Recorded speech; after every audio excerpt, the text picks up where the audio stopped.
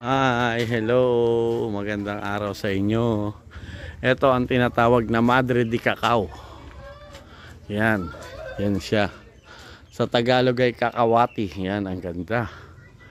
Yan. Alam nyo bang gamot yan sa mga galis-galis na mga aso? Galis-galis yan.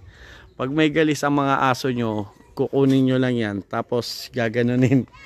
Ikikis-kis nyo sa ano ng mga aso. Mga balat. Ganyan, ikikis-kis yung Madre de Cacao na yan. Yan, ikikis-kis yan sa balat ng aso, sa ano, yan. Lalo na yung mga dahon na yan. Dinidikdik yan, kikis-kis. Yan.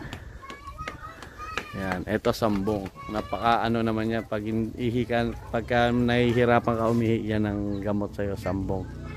Eto, Madre de Cacao, yan. Eto, rose to, yung isa. Rose, yan. Bye-bye. I love you.